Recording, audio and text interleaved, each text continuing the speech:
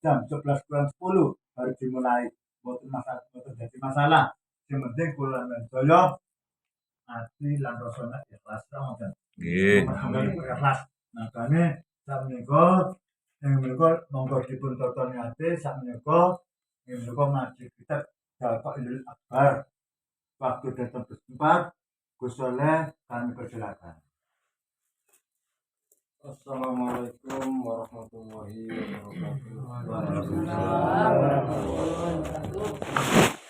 Marilah kita berdoa kepada Allah membaca Fatihah yang kita tujukan kepada leluhur kita dan para nabi. Biridillah salamillah warahmatullahi wabarakatuh. Wa bisyafa'ati Rasulillah sallallahu alaihi wasallam. Ila hadratil Mustafa Muhammadin sallallahu alaihi wasallam wa jami' ikhwanihim wal anbiya wal mursalin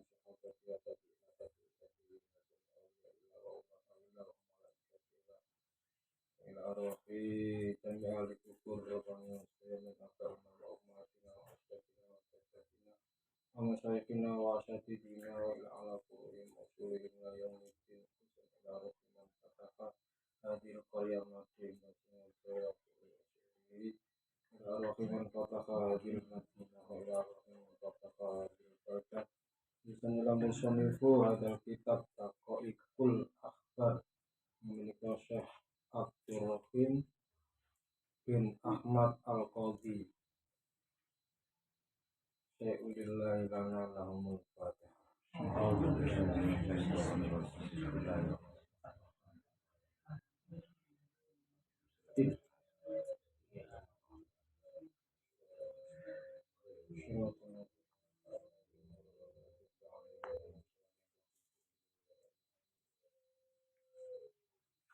Saya lanjutkan. Summa khalaqallahu nurul anbiya'i min nuri Muhammadin alaihi salam. Kemudian Allah Subhanahu wa ta'ala menciptakan cahaya para nabi dari nurnya Nabi Muhammad SAW.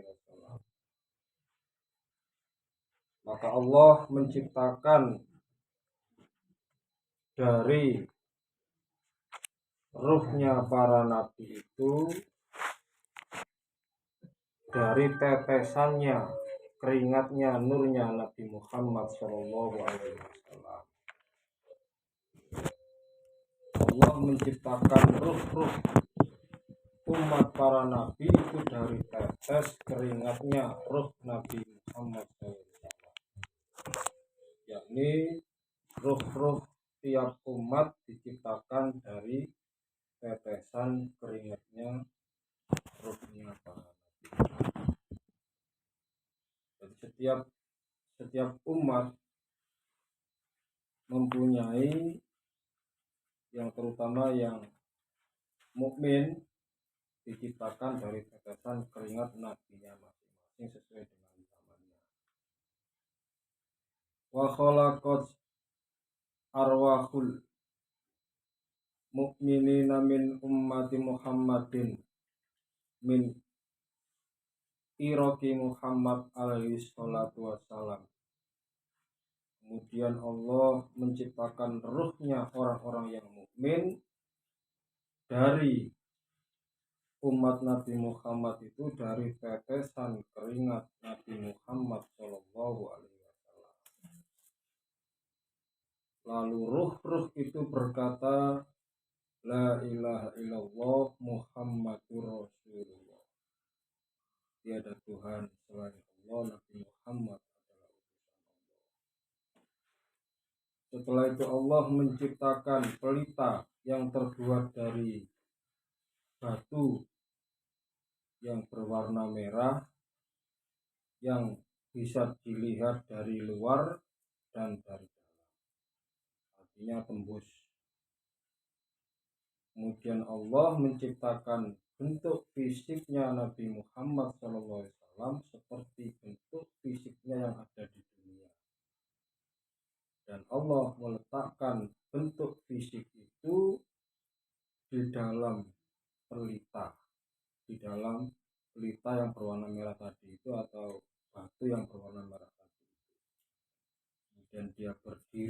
dalamnya seperti berdirinya di dalam melaksanakan sholat. Kemudian ruh-ruh para nabi itu mengelilingi Nur Muhammad. Mereka bertasbih dan bertahlil selama 100.000 tahun. Summa amarallahu ta'ala kullal arwahi liyanduru faminhum man ra'a ra'sahu fasara khalifatan wa sultana. Kemudian Allah yang maluhur memerintahkan setiap roh yang ada untuk melihat bentuk fisik Nabi Muhammad setelah diletakkan di dalam benda yang berwarna merah atau batu mutiara yang berwarna merah tadi, disuruh melihat itu. Di antara mereka apabila melihat dari kepalanya, man ra'a ra'sahu, melihat kepalanya, maka dia besok di dunia akan menjadi seorang pemimpin. Dan apabila dia diberi kesempatan oleh Allah melihat dari keningnya, maka di dunia dia akan menjadi seorang pemimpin yang adil. Dan di antara mereka orang-orang yang melihat kedua matanya, beliau akan menjadi seorang yang mampu menjaga kalam Allah yang maha luhur. Di antara mereka orang-orang yang melihat kedua alis beliau, maka dia jadilah orang yang ahli mengukir. Di antara mereka orang-orang yang melihat kedua telinga beliau, maka jadilah dia orang yang suka mendengar dan menerima pendapat. Wa minhum man ra'a khudaihi fasara akilan. Dan di antara mereka ada orang-orang yang melihat kedua pipi fakhidahi, kedua pipi beliau, maka jadilah ia seorang yang suka berbuat baik dan orang yang berakal, yang pandai. Bila mereka orang-orang yang melihat kedua bibir beliau, maka jadilah ia seorang menteri. Ada orang-orang mereka yang melihat hidungnya beliau, maka Allah akan jadikan seorang hakim, dokter, dan orang-orang yang tajam akalnya. Itu kalau itu. Dan di antara mereka orang-orang yang melihat mulut Nur Muhammad tadi beliau, maka jadilah ia ahli berpuasa. Dan di antara mereka orang-orang yang melihat gigi beliau, maka jadilah ia seorang yang rupawan. Dan di antara mereka orang yang melihat lisan beliau, maka jadilah seorang utusan. Di antara para penguasa ada yang mereka melihat tenggorokan beliau, maka jadilah ia seorang yang pemberi petunjuk. Kita bahkan yang pertama, Allah menciptakan cahaya.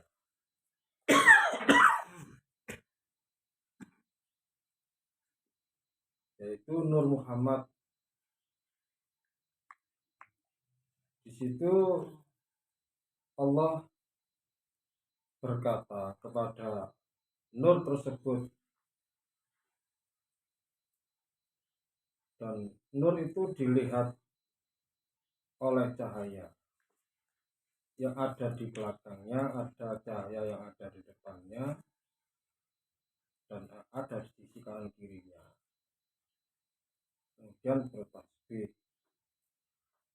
Cahaya itu adalah sahabat Abu Bakar, Umar, Utsman, dan cahaya itu bersujud bertasbih selama 70.000 tahun. Itu kan sanepannya ketika kita itu kemarin kan diceritakan sperma itu masuk ke dalam rahim, sudah dihinggapi yang namanya nafsu 4.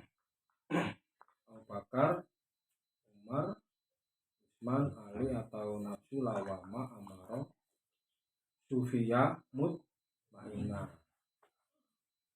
Mereka cahayanya berwarna-warni. Nah, ketika cahaya itu telah menjadi satu, maka cahaya itu kemudian berubah warna menjadi putih. Artinya ketika kita bisa menundukkan kacenge ngamuk, kacenge ngomong elek, itu kan berarti kan dalam rangka kita menundukkan Khalifah Abu Bakar, yang Umar itu sing ngamuan, pandai-pandai ngono amaro. Abu Bakar itu sabar, berarti mutmainah. Sayyidina Ali tegas, Sayyidina Utsman itu orangnya kaya lembut, sufia, keindahan. Jadi semuanya yang keindahan-keindahan yang kita lihat dikontrol. Jadi uang berat, pokoknya ya dikontrol terus, terkontrol terus, akhirnya ya bisa menghormati sesama, bisa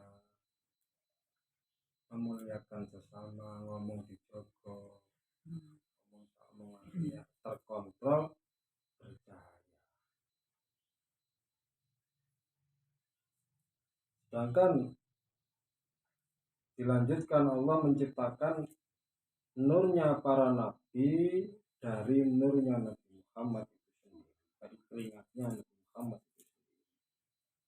Yang artinya nabi itu kan gelar. Gelar itu kan istilahnya ya kaya Raden Syahid punya gelar apa, Sunan Kalijaga punya gelar Raden Syahid. Istilahnya Syahid kan nyekseni. Jadi ketika keringat kita di dalam berzikir atau meditasi itu sudah hening, sudah padam, sudah bersinar, maka muncullah yang namanya gelar-gelar dari perbuatan kita itu sendiri, mulai dari sopan santunnya, dari bahasanya, kehalusan budinya, kedermawanannya, mulai bisa merasakan alam di sekitarnya, langsung tanggap situasi, sehingga dia bisa menjadi contoh untuk dirinya sendiri juga sekitarnya.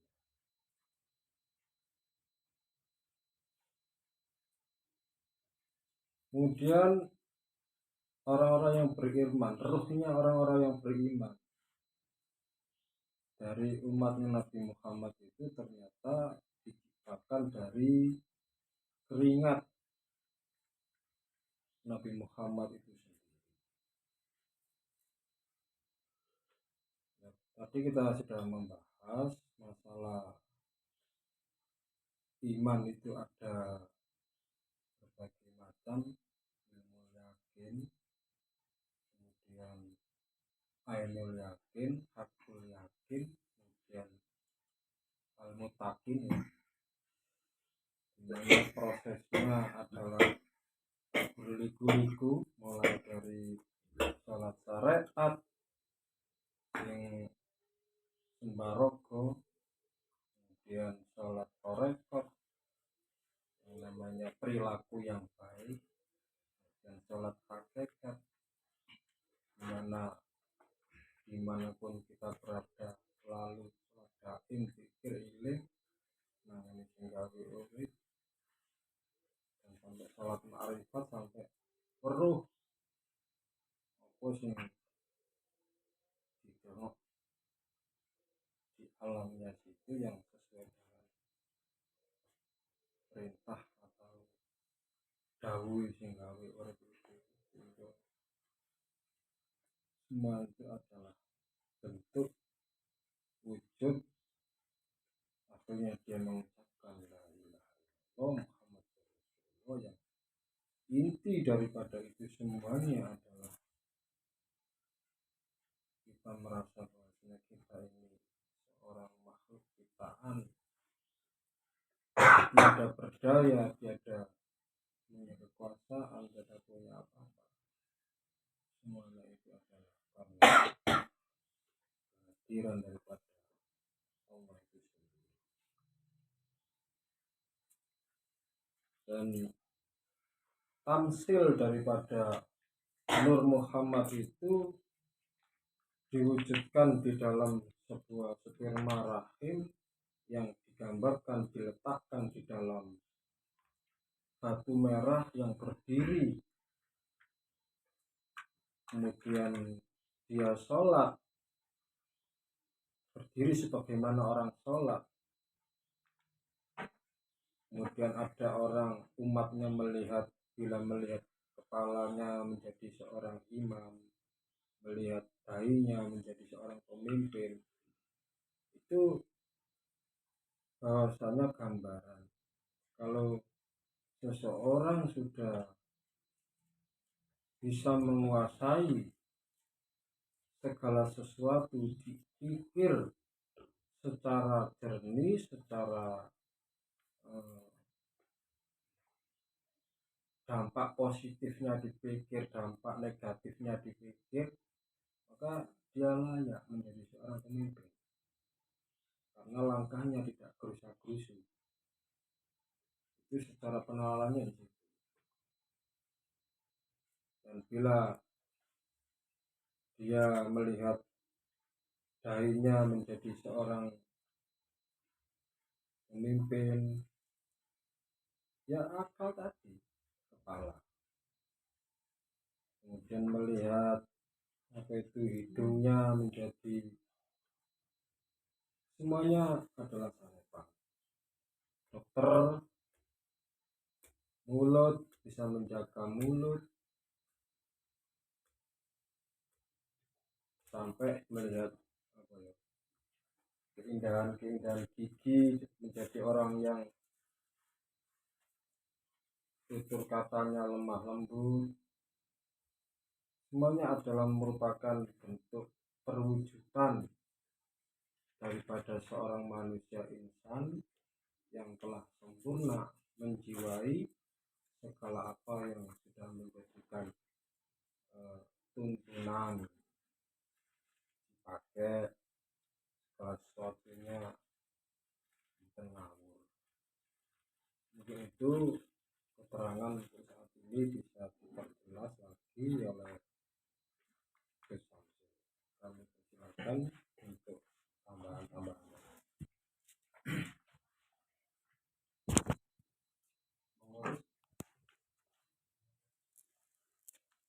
Alhamdulillah wa syukurillah ingkang disampaikan kali Gus Soleh wau memang leres sekali.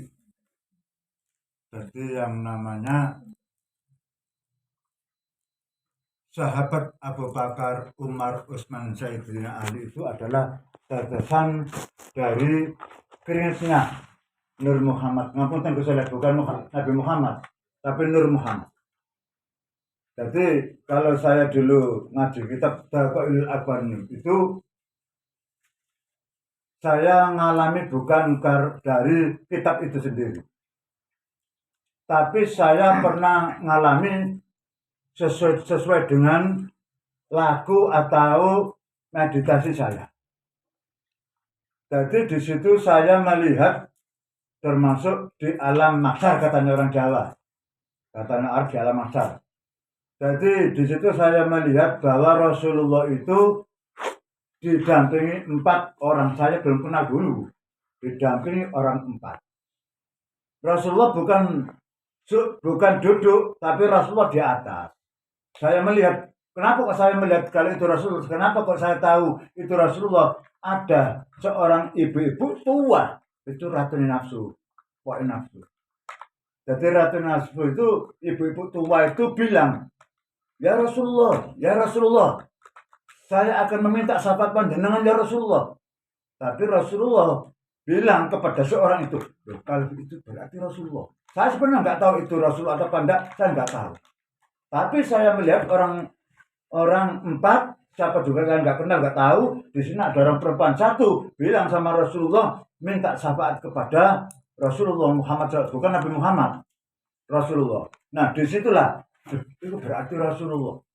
Saya pas pada waktu tahu kalau dia itu Rasulullah, saya mencium kakinya sini harum wangi. Saya mencium sini, termasuk kakinya bau besar harum sini. Nah terus Rasulullah bilang, saya gak akan memberi syafaat kepada semua makhluk di bumi, kecuali 1 orang yang bersalawat kepadaku. Hati-hati. Sekarang kita berselawat harus tahu ilmunya. Saya kan sudah bilang balik bahwa sholawat itu kepada kanjeng Nabi juga ada intinya salam. Ya Nabi salam alaika ya Rasul, itu termasuk salam kepada kanjeng Nabi. Tapi sejatinya sholawat itu adalah bukan sholawat doa Allahumma sholli ala Muhammad wa ala ali Muhammad, itu bukan sholawat tapi doa. Rogo sing doa kepada Allah dan Muhammad Rasul. Nah, saya bilang kepada guru, wong punya guru, nopo mbak, maksudnya kula ketinggal tiang tendukur, wonten tiang sekawan, wonten tiang wedok setunggal, sing jaluk syafaate Muhammad Rasulullah, betul Nabi Muhammad Rasulullah minta syafaat kepada Rasulullah SAW.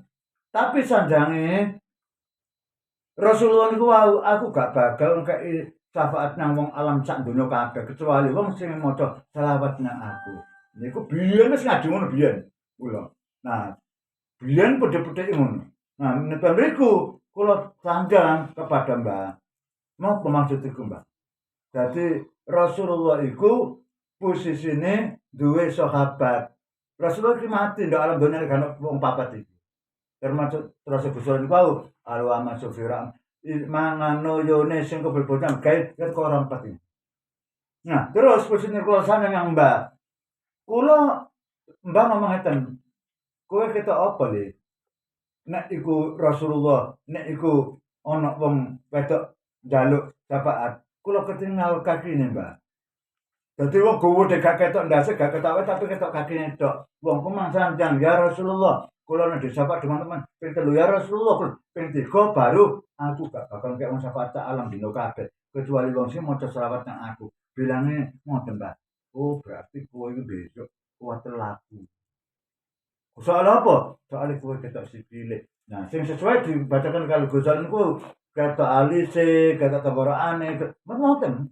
Kula paham ngoten niku. Tapi kan kula mboten nate ngomong ate tiyang wong bojone gak tau mondok dengki kok cerita masalah kitab teh. Kula mboten cerita kalian tiyang. Tapi sing di omongan kitab dakok laban kula paham. Karena saya mengalami gambar. Nek kapan pusin ketok kene kuwi apa, ketok bathuke apa, ketok alise apa, ketok teman. Becak sekudur topi ini ada makna dan arti sendiri-sendiri. Sesuai kitab niku. Karena saya pernah mengalami melihat kakinya di situ. Nah, sing pas pada waktu wau termasuk ujug gesang simane niku wau ditaruh di batu merah. Niku sebenarnya hatiku lorang Panejoyo karena itu tempatnya Nur Muhammad. Nah, makanya kula kaliban saya niki ojo sampai rasa atau Nur Muhammad ini diurek-urek ambek nafsu kula kaliban saya. Soalnya napa? Soalnya posisinya antara rasa, antara ati niki kali nafsu ataupun pikiran ojo digabung dadi siji, rusak tatanan niku. Intine ten mriku. Makane monggo intine kumpul-kumpul setunggalkan silaturahmi kanan saya niki. Termasuk golane wong temen. Tanpa adanya tulisan saking Gusti Allah, kula kan panjenengan gak kumpul ngeten. Terus Pak Kartu ngeten. Oh berarti sono tulisan kabeh. Wong nek kapan gak ada tulisan gak sok kumpul-kumpul kayak ngeten. Sesuai kalian tulisan iku wau, sehingga yang namanya ono kelompok ini iku sesuai kalian tulisan mbek Gusti Allah. Wonten wong syariat, wonten wong thariqah, manhaj, wonten manhaj niku tulisan saka Gusti Allah dhewe-dhewe.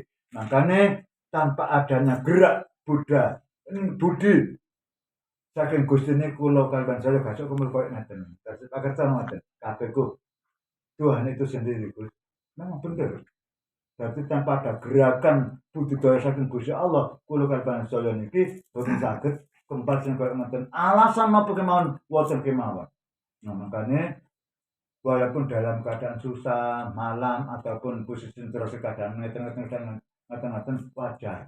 Jadi saat niki niku posisine cara bisa dikatakan negara niki agak sakit.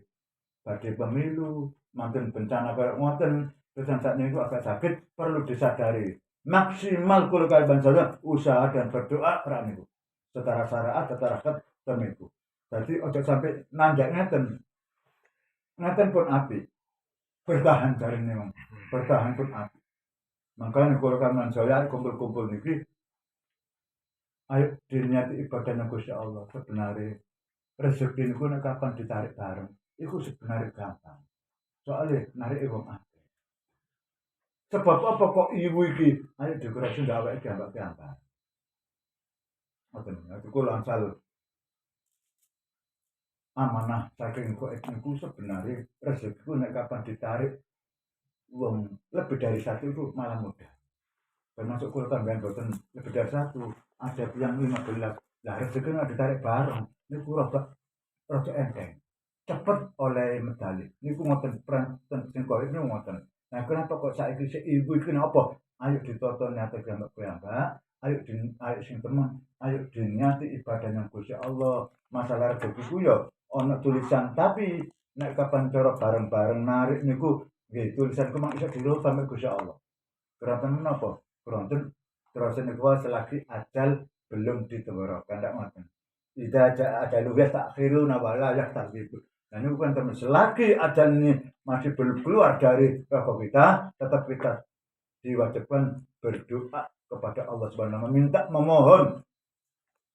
Nah, kapan terus wau sing dibahas mereka niku wau pas pada waktu najak sakaratul maut. Kalau enggak kebiasaan kita ingat kepada Allah, ilang Gusti Allah, dikira Gusti Allah, ngimboten biasa pas pada najak sakaratul maut, iso meso. Pas pada najak sakaratul maut, iso ngomong sing enggak sing aneh-aneh. Bareng wong wedok ngomong bareng dhewe, wong lanang ngomong bareng dhewe, ana sing bengok, ana sing lha niku soal kebiasaan ngoten.